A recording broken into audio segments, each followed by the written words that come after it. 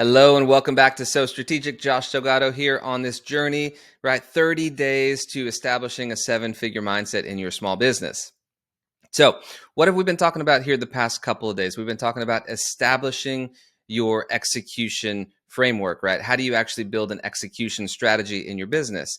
Something I want to talk about today is probably, I would argue, at least for myself, this is the most important component for me. Okay, you've got the distribution channels that we talked about. We've got other components that we've talked about, but this one that we're going to talk about today is by far for me the most important. Okay, now that's partially because of the way that I'm wired, right? I'm an inventor. So if you're an inventor, this one's going to be a really big deal for you. If you like to solve problems, this is going to be a really important one for you. Okay, and this is all about focus, right? Focus to establish your growth. Okay, so just for some baseline today, when you're establishing your execution framework, right? Your actual ability to execute the things that you're building in your business, focus is the number one thing that you should be thinking about. Follow one course until successful, right? This is an acronym that for me has been pretty life-changing over the past about year and a half. Now, just a little backstory, like with one of my partners, we've built multiple companies and we've closed multiple companies because we've chased things. We've chased the shiny thing at times. And we've learned some of those lessons the hard way. Now, some of them have been really good things that we just decided to, shift back and focus a little bit more. But nonetheless, we still decided at some point to shift back and focus. So when you are building a business, it is really, really tempting, especially if you're an inventor, a problem solver, someone who thinks very critically, someone who is high in wonder and invention, right? It's tempting to chase that next concept, that next opportunity. Okay. But this can actually be the Achilles heel for most entrepreneurs, because what happens is they spread too thin and they're never actually able to trench down deep enough to fully establish themselves as a leader in any one area. Now, you might be thinking right now, okay, well, my business, we solve multiple problems. So because we solve multiple problems, we've got multiple services, we've got multiple products. Okay, that's fair, right? That is a fair statement, but that can literally be the case almost in every industry, almost with every product. Think about something, like supplements, right? How many supplements could a company sell that could literally create issues for your customer because they walk into a store, they come onto a digital store, and they're seeing 500 different options available to them, right? That's a problem. That becomes a problem versus if you sell a specific kind of supplement and you are the best at that kind of supplement, you know that your ingredients are the best, that it's going to have the best results for your potential customers. Now, suddenly you're able to gain a little bit more market share and then go sell wholesale to all the people that want to sell it next to everything else, right? Think about it in a way that actually puts your business at an advantage rather than trying to be all things to all people. I'll say this, being all things to all people when building a business is going to lead you to not really being much for yourself. Okay, because you're going to be spread so thin, you're going to run out of money because you're going to be chasing multiple different marketing campaigns. You're going to be chasing multiple different strategies, and you're not ever going to fully, if they're not taking off like gangbusters, you're not ever going to fully be able to truly trench down on one and scale that thing effectively.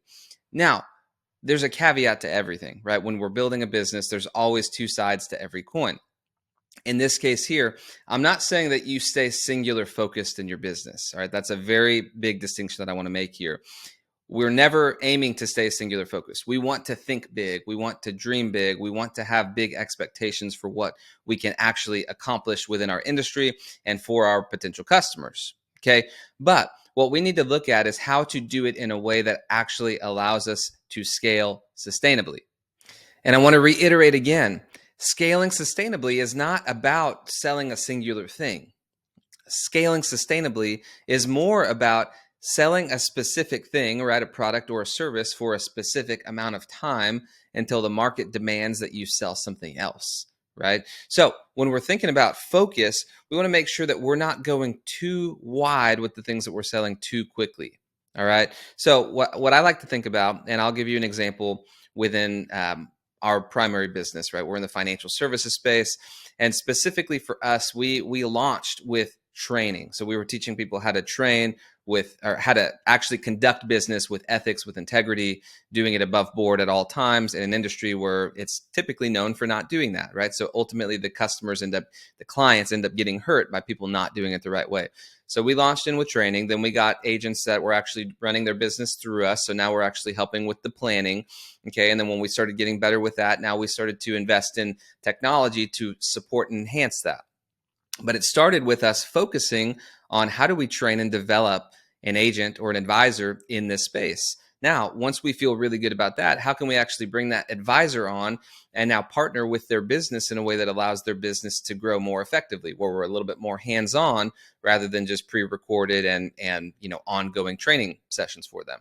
So when the market demanded and when our capacity allowed for us to expand into that next thing, we did. Okay, now that agents are now writing their business with us, right now we're able to work with them a little bit more hands-on. We start to see problems. We start to see, hey, there's a lot of efficiency problems. There's a lot of other things that agents are having. How can we leverage technology to actually make their experience greater, to make it better, to make it more streamlined? And so as we've grown sustainably, right, we have gone wider, but we've gone wider at the right times. Now, because every single time we've moved from one thing to the next, every different layer of service that we've added, it's added complexities. It's added the need for additional staffing. It's added the need for additional skills, right?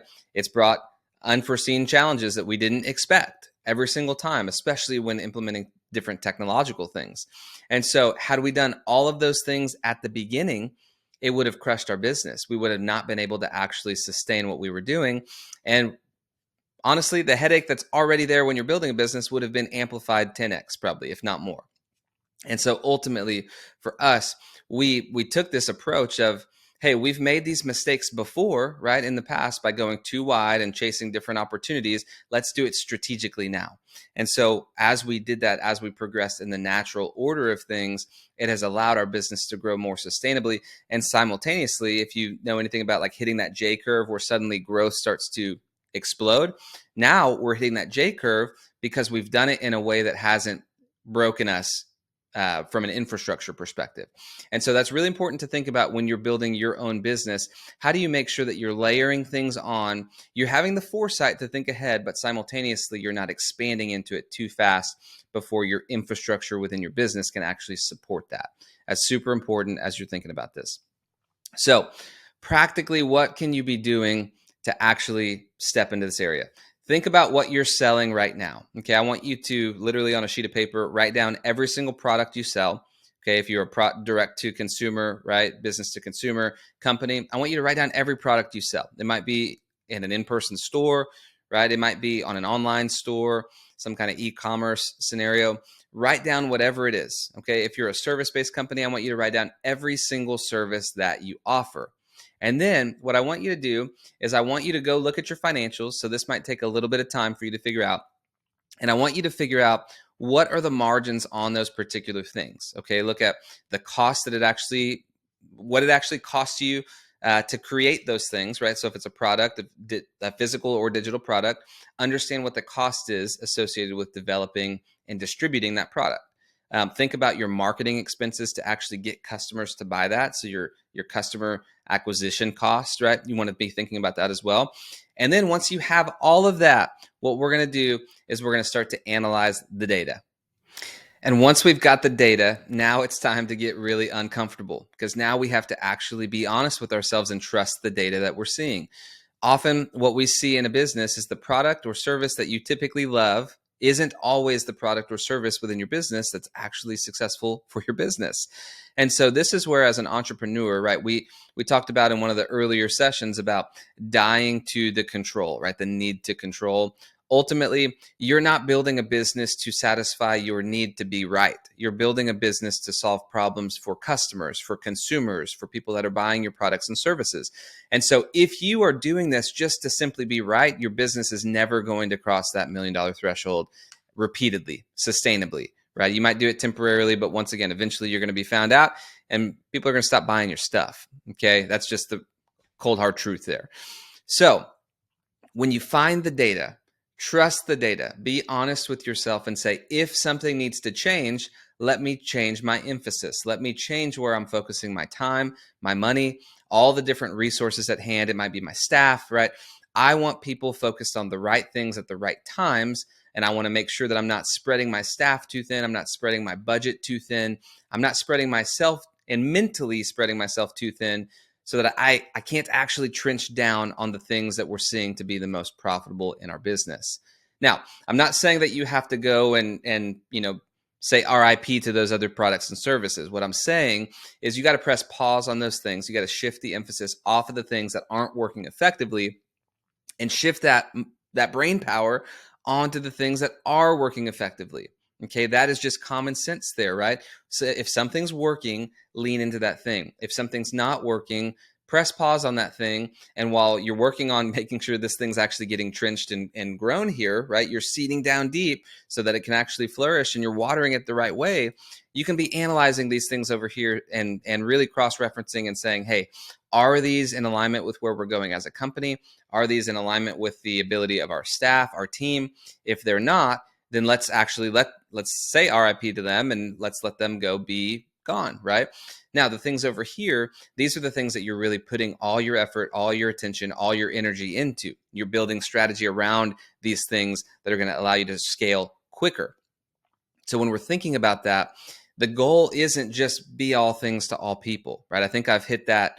I've beat that point down enough. Okay. But I'm going to keep saying it because it's so important, because most entrepreneurs can't focus. Most entrepreneurs, myself, I've been in this boat too, right? It's hard to focus when you feel like you can invent and solve problems.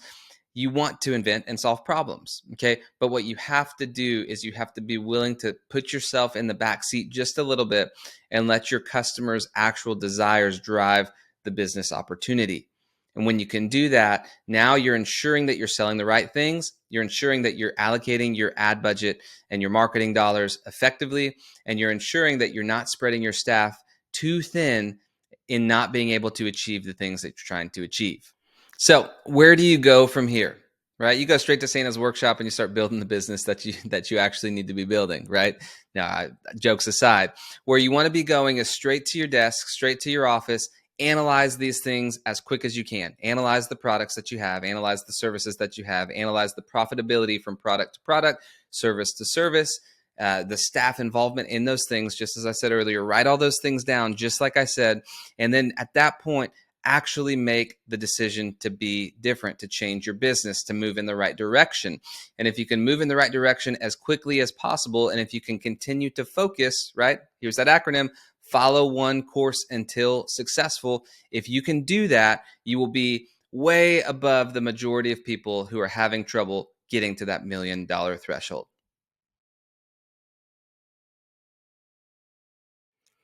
Hey, welcome back to So Strategic. Josh Delgado here. I'm